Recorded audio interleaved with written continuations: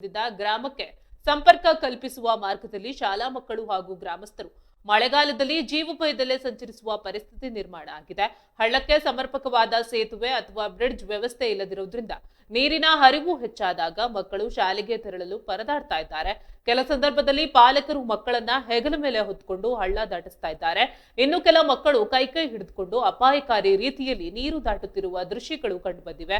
ಈ ವೇಳೆ ವಿದ್ಯಾರ್ಥಿನಿಯೊಬ್ಬಳು ಕಣ್ಣೀರಿಡುತ್ತಾ ಶಾಲೆಗೆ ಹೋಗುವಾಗ ನನ್ನ ತಂಗಿ ನೀರಲ್ಲಿ ಮುಳುಗಿದ್ಲು, ಅದೃಷ್ಟವಶಾತ್ ಜೀವ ಉಳಿದಿದೆ, ನಮಗೂ ಸುಗಮವಾದ ರಸ್ತೆ ಹಾಗೂ ಸೇತುವೆ ಮಾಡಿಕೊಡಿ ಅಂತ ಮನವಿಯನ್ನ ಮಾಡಿದ್ದಾಳೆ.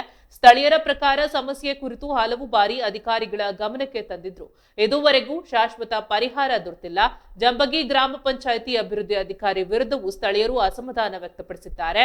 ಸಚಿವ ಲಕ್ಷ್ಮಣ ಸವದಿ ಹಾಗೂ ಶಾಸಕ ರಾಜು ಕಾಗೆ ಅವರು ತವರು ಕ್ಷೇತ್ರದಲ್ಲೇ ಮಕ್ಕಳಿಗೆ ಇಂತಹ ದುಸ್ಥಿತಿ ಎದುರಾಗಿರುವುದು ಸಾರ್ವಜನಿಕರ ಆಕ್ರೋಶಕ್ಕೆ ಕಾರಣ ಆಗಿದೆ.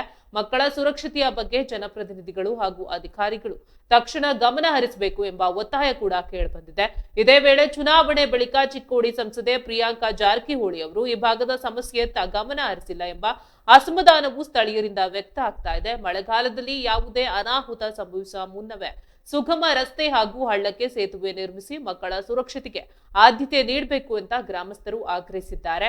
ಮಕ್ಕಳ ಕಣ್ಣೀರಿನ ಮನವಿಗೆ ಅಧಿಕಾರಿಗಳು ಮತ್ತು ಜನಪ್ರತಿನಿಧಿಗಳು ಯಾವಾಗ ಸ್ಪಂದಿಸುತ್ತಾರೆ ಎಂಬುದು ಇದೀಗ ಸ್ಥಳೀಯರ ಪ್ರಶ್ನೆಯಾಗಿದೆ.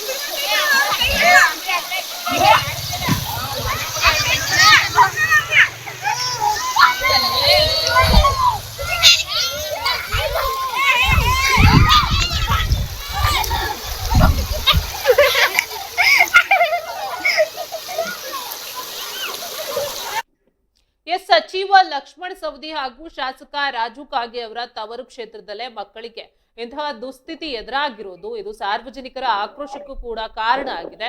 ಈ ಬಗ್ಗೆ ಮತ್ತಷ್ಟು ಮಾಹಿತಿ ನೀಡೋಕೆ ಸ್ಥಳೀಯ ವರದಿಗಾರರಾದಂತಹ ಶಶಿಕಾಂತ್ ದೂರವಾಣಿ ಸಂಪರ್ಕದಲ್ಲಿದ್ದಾರೆ. ಶಶಿಕಾಂತ್, ಏನಿದೆ ಇದ್ರ ಬಗ್ಗೆ ಹೆಚ್ಚಿನ ಮಾಹಿತಿ?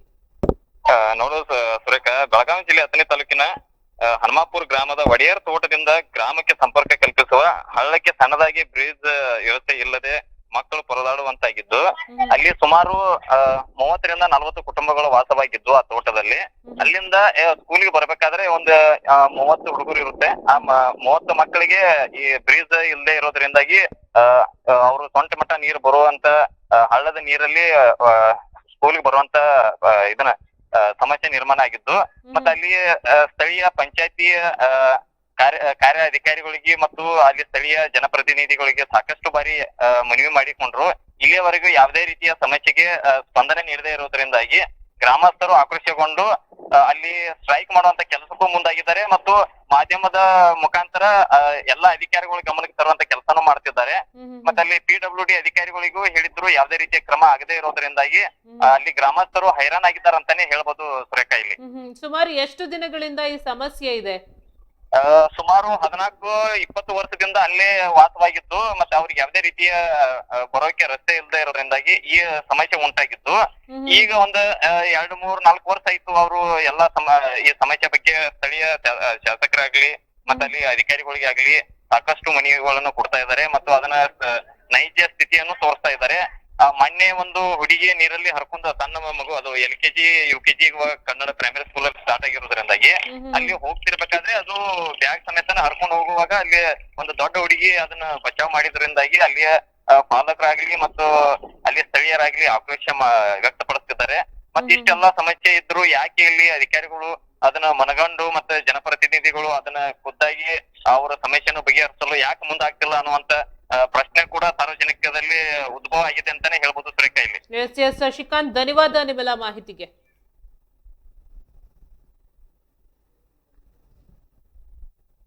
ಎಸ್, ಅಥಣಿ ತಾಲೂಕಿನಲ್ಲಿ ಇಂತಹ ಒಂದು ಘಟನೆ ನಡೆದಿರುವಂತದ್ದು. ಸಹಕಾರ ಸಚಿವ ಲಕ್ಷ್ಮಣ್ ಸವದಿ ಹಾಗೂ ಶಾಸಕ ರಾಜು ಕಾಗೆ ಅವರ ತವರು ಕ್ಷೇತ್ರದಲ್ಲೇ ಶಾಲಾ ಮಕ್ಕಳು ಇಂತಹ ದುಸ್ಥಿತಿ ಎದುರಿಸ್ತಾ ಇರೋದು ನಿಜಕ್ಕೂ ಗಮನಾರ್ಹ ವಿಚಾರ ಅಂತಾನೆ ಹೇಳ್ಬೋದು.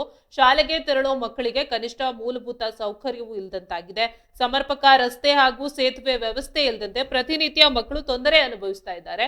ಇದು ಇತ್ತೀಚಿನ ಸಮಸ್ಯೆ ಅಲ್ಲ, ಸುಮಾರು 14-15 ವರ್ಷಗಳಿಂದನೂ ಕೂಡ ಇದೇ ರೀತಿ ಸಮಸ್ಯೆಯನ್ನ ಎದುರಿಸ್ತಾ ಇದ್ದಾರೆ. ಆದ್ರೆ ಅಧಿಕಾರಿಗಳು ಮಾತ್ರ ಎಷ್ಟೇ ಬಾರಿ ಮನವಿ ಮಾಡಿದ್ರು ಯಾವುದೇ ರೀತಿ ಕ್ರಮವನ್ನ ತೆಗೆದುಕೊಂಡಿಲ್ಲ, ನಮಗೆ ಸೂಕ್ತ ವ್ಯವಸ್ಥೆಯನ್ನ ಮಾಡಿಕೊಟ್ಟಿಲ್ಲ ಅಂತ ಸ್ಥಳೀಯರು ಆರೋಪವನ್ನ ಮಾಡ್ತಾ ಇದ್ದಾರೆ. ಈ ಸಮಸ್ಯೆ ಬಗ್ಗೆ ಗ್ರಾಮ ಪಂಚಾಯಿತಿ ಮಟ್ಟದಿಂದ ಹಿಡಿದು ಸಂಬಂಧಪಟ್ಟ ಅಧಿಕಾರಿಗಳು ಹಾಗೂ ಜನಪ್ರತಿನಿಧಿಗಳ ಗಮನಕ್ಕೆ ತಂದಿದ್ರು ಕೂಡ ಪರಿಹಾರ ಸಿಗದೇ ಇರೋದು ಹಲವು ಪ್ರಶ್ನೆಗಳನ್ನ ಹುಟ್ಟಾಕಿದೆ ಅಂತಾನೆ ಹೇಳ್ಬೋದು. ಮಕ್ಕಳ ಸುರಕ್ಷತೆಗೆ ಅಗತ್ಯವಾದ ರಸ್ತೆ ಹಾಗೆ ಸೇತುವೆ ನಿರ್ಮಾಣಕ್ಕೆ ಇನ್ನು ವಿಳಂಬ ಯಾಕೆ ಎಂಬ ಪ್ರಶ್ನೆ ಸ್ಥಳೀಯರನ್ನ ಕಾಡ್ತಾ ಇದೆ. ಚುನಾವಣೆ ಸಂದರ್ಭದಲ್ಲಿ ಜನರ ಸಮಸ್ಯೆಗಳಿಗೆ ಸ್ಪಂದಿಸೋ ಭರವಸೆ ನೀಡೋ ಜನಪ್ರತಿನಿಧಿಗಳು ಇದೀಗ ಮಕ್ಕಳ ದಿನನಿತ್ಯದ ಸಮಸ್ಯೆಗೆ ಆದ್ಯತೆ ನೀಡಬೇಕಾಗಿದೆ. ಮುಂದೆ ಯಾವುದೇ ಅನಾಹುತ ಸಂಭವಿಸಿದ್ರೆ ಪರಿಸ್ಥಿತಿಗೆ ಹೊಣೆಗಾರಿಕೆ ಯಾರದ್ದು ಎಂಬ ಪ್ರಶ್ನೆ ಕೂಡ ಸಹಜವಾಗಿ ಬರುತ್ತೆ. ಹೀಗಾಗಿ ಸಮಸ್ಯೆ ಗಂಭೀರ ಸ್ವರೂಪ ಪಡೆಯುವ ಮುನ್ನ ಸಂಬಂಧಪಟ್ಟ ಅಧಿಕಾರಿಗಳು ಹಾಗೂ ಜನಪ್ರತಿನಿಧಿಗಳು ಸ್ಥಳಕ್ಕೆ ಭೇಟಿ ನೀಡಿ ಪರಿಶೀಲನೆ ನಡೆಸಿ ಮಕ್ಕಳ ಸುರಕ್ಷತೆಗೆ ತಕ್ಷಣ ಸೂಕ್ತ ವ್ಯವಸ್ಥೆ ಕಲ್ಪಿಸಬೇಕಾಗಿದೆ. ಹೀಗಂತ ಗ್ರಾಮಸ್ಥರು ಕೂಡ ಆಗ್ರಹವನ್ನ ಮಾಡ್ತಾ ಇದ್ದಾರೆ.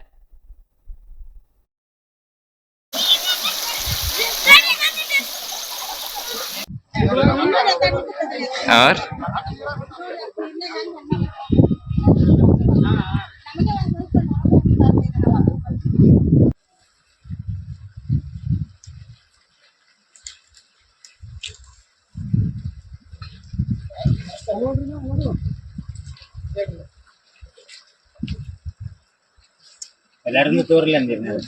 ಅಲ್ಲಿ 30 ವಿದ್ಯಾರ್ಥಿಗಳು ಎಲ್ಲಾ ಕನ್ನಡ ಶಾಲೆಗೆ ಹೋಗ್ತಾರ್ರಿ. ಇದ ಸತತ 4 ತಿಂಗಳು ನೀರ್ ಹರಿದ್ರಂದ್ರಿ ಮೊನ್ನೆ ಸಣ್ಣ ಹುಡುಗೊಂದು ನೀರ್ನಾಗ ಹರ್ಕೊಂಡು ಹೊಂಟಿದ್ರಿ ನಮ್ಮ ಮಗಳರಿ. ಅದನ್ನ ದೊಡ್ಡ ಹುಡುಗಿಯರ ಎಲ್ಲಾರು ಕೂಡಿ ಹಿಡ್ಕೊಂಡ್ರಿ. ಯಾಂಡ ಜೀವ ಹಾನಿ ಆದ್ರೆ ಯಾವ ಅಧಿಕಾರಿಗಳು ಜವಾಬ್ದಾರಿ ಬರ್ತಾರ್ರಿ? ಈಗ ನಮ್ಗೆ ಸತತ ಇದು ದಿನ ಸಾವೇ ಬದುಕಿನ ನಡುವೆ ಹುಡುಗರು ಸಾಲಿ ಹೊಂಟಾವ್ರಿ. ಯಾವ ಟೈಮ್ದಾಗ ಏನಾಗ್ತೈತಿ ಹೇಳಕ್ ಬರಲ್ರಿ. ನಾವು ಎಷ್ಟು ದಿವಸ ಅದ್ನ ಜಮಗಿ ಪಿಡಿಯೋ ರಾಠೋಡ್ ಸಾಹೇಬ್ರಿಗೆ ಎಷ್ಟು 4 ವರ್ಷ ಹೇಳ್ಕೊತ ಬಂದ್ರೆ ಏನು ಇದನ್ನ ಮಾಡವಾರ್ರಿ ಅವರು. ಇದನ್ನ ಏನೋ ಸಮಸ್ಯೆ ಪರಿಹಾರ ಮಾಡವಾರ್ರಿ. ಅವ್ರ ಮೇಲಧಿಕಾರಿಗಳು ಅವ್ರ ಮೇಲಧಿಕಾರಿಗಳಿಗೆ ತಹಸೀಲ್ದಾರ್ ಸಾಹೇಬ್ರಿಗೆ ಕಂಟಿನ್ಯೂ ಕಾಲ್ ಮಾಡತ್ತೇನ್ರಿ. ಅವರು AAA ನಂಬರ್ ಅದ ಕಳ್ಸ್ಯಾರಿ. ಅವ್ರು ಕೂಡ ಮಾತಾಡಿದ್ರಿ. ಅವರು ಮಾಡೋನು ದಿಲಾವು ದಿತಾವು ಬುಲಾವು ಅನ್ಕೋತ ಹೊಂಟಾರಿ. ಯಾರು ಮಾಡವಾರ್ರಿ ಸರ್. ಈಗ MLA ಅವ್ರ ಗಮನಕ್ಕದ ಅಂತಂದ್ರೆ ರಾಜು ಕಾಗೆ ಸಾಹೇಬ್ರಿಗೆ ವಾಟ್ಸಾಪ್ನಾಗ ಕಳ್ಸೇನ್ರಿ. ಅವ್ರ PA ಅವ್ರಿಗೆ ಹೇಳೇನ್ರಿ. ಅವ್ರಿಗೆ ಎಲ್ಲ ಕಳ್ಸಿದೇನ್ರಿ. ಅವರು ಏನು ಇದ್ರ ಬಗ್ಗೆ ಏನು ತಲೆ ಕಳ್ಸ್ಕೊಂಡೇನಿ. ಈಗ ತಾಲೂಕ್ ಪಂಚಾಯತಿ ಅವ್ರಿಗೆ ಯಾರಿಗೆ ಫೋನ್ ಮಾಡಿ ಹೇಳಿ AAA ಇರಾನ ವಾಲಿ ತಿಳಿದಾರ್ಲಿ. ಅವ್ರಿಗೆ ವಾಟ್ಸಾಪ್ ಮಾಡೇನ್ರಿ. ಅವ ಪೈಪ್ಗಳು ಆ ಕಡೆ ಈ ಕಡೆ ತಂದು ಹಾಕ್ರಿ ಮಾಡ್ರಿ ಏನ್ರಿ ಅನುಕೂಲ ಮಾಡಿ ಕೊಡ್ರತ ಅವ್ರಿಗೆ ಸತತ ಕಾಲ್ ಮಾಡ್ಕೊತದ್ರಿ. ಅವರು ಏನೋ ಬೇಜವಾಬ್ದಾರಿ ಮಾಡತಾರ್ರಿ. ರೈತರಿಗೆ ಅಡಚಣೆ ಐತ್ರಿ. ಇದು ಯಾವ ಏರಿಯಾ ಬರ್ತದೆ? ಇದು ಒಡೆಯರ ತೋಟ್ರಿ, ಕಾಂಬ್ಳೆ ತೋಟ್ರಿ, ದೇಮಣ್ಣವ್ರ ತೋಟ್ರಿ, ಹವಾಲ್ದಾರ್ ತೋಟ್ರಿ, ಎಲ್ಲಾರ ತೋಟಕ್ಕೆ ಇದು ಹೋಗುದು ಮೇನ್ ಹಾದ್ರಿ ಸರ್. ಇದು ಯಾವ ಹನುಮಾಪುರದ್ರಿ ಒಡೆಯರ ತೋಟ. ಇದೆಲ್ಲ ಇದು ಬಸವೇಶ್ವರ ನೀರಾವರಿ ನೀರ್ ಮದಬಾವಿ ಕೆರೆಗೆ ಬರ್ತಾವ್ರಿ. ಅಲ್ಲಿಂದ ಸತತವಾಗಿ 4 ತಿಂಗಳು ಇದು ನೀರ್ ಹರಿದ್ರಿ. ಈಗ ಮಸ್ರು ರೂಪಾಯಿ ಅಗ್ರಾಣಿಗೆ ಹೋಗತ್ರಿ ಸರ್. ಹರಿದ್ರಿಂದ ದಿನಾಲು ಇದು ಹುಡುಗರು ಎಲ್ಲ ಸಾವು ಬದುಕಿನ ನಡುವ ಸ್ಕೂಲಿಗೆ ಹೊಂಟಾವ್ರಿ. ಈಗೆಲ್ಲ ಸಾಲಿ ಬಿಡಿಸ್ಬೇಕಾದ್ರ ಒಂದ್ ಸಮಸ್ಯೆ ರೀ. ಸಾಲಿ ಕಳಿಸ್ಲಿಲ್ಲ ಅಂದ್ರೆ ಒಂದ್ ಸಮಸ್ಯೆ ಆಗಲಾಗ್ತೈತ್ರಿ. ಈಗ ತೋಟದ ರಸ್ತೆಗೆ ಎಲ್ಲಾ ಸಮಸ್ಯೆ ಇರೋದ್ರಿಂದ ಇವ್ರು ಯಾರು ಇದನ್ನ ಮಾಡ್ಲಿಲ್ಲ. ಮಾನವ ಹಕ್ಕು ಆಯೋಗದವ್ರಿ ಮೇಡಮ್ ಕರ್ಸಿದ್ರಿ ನಾವ. ಅವ್ರಿಂದ ಆಗೋದ್ ನಮಗ್ ನ್ಯಾಯ ದೊರಕತೈತಿ ಅಂತೇಳಿ ಅವ್ರಿಗೆ ಮನವಿ ಕೊಟ್ಟದ್ರಿ ಸರ್.